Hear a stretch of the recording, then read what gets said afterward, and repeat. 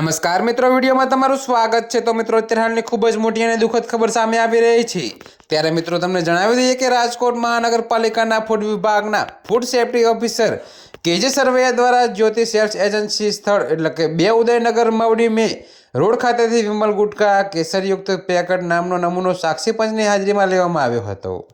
જી હા મિત્રો, અત્યારે હાલની ખૂબ જ મોટી ખબર છે। ત્યારે મિત્રો, ફૂડ એન્ડ ડ્રગ્સ લેબોરેટરી વડોદરાના ફૂડ એનાલિસ્ટ દ્વારા આ અપાયેલા રિપોર્ટમાં નમૂનામાં કાયદાથી પ્રતિબંધિત મેગ્નેશિયમ કાર્બોનેટ તથા તમાકુ નાર્કોટિનની હાજરી મળી આવી હતી। જોકે મિત્રો, આથી નમૂનો અનસેફ ફૂડ જાહેર કરવામાં આવેલ છે। તો મિત્રો, તમને જણાવી દઈએ કે જેવી food safety and standard act 2006 અને તે હેઠળના નિયમાનુસાર કાર્યવાહી કરી નામદાર મ્યુનિસિપલ કોર્ટ રાજકોટ સમક્ષ રાજકોટ મહાનગરપાલિકા તરફે ફૂડ સેફ્ટી ઓફિસર કેજે સરવૈયા દ્વારા ફોજદારી કેસ દાખલ કરવામાં આવ્યો હતો।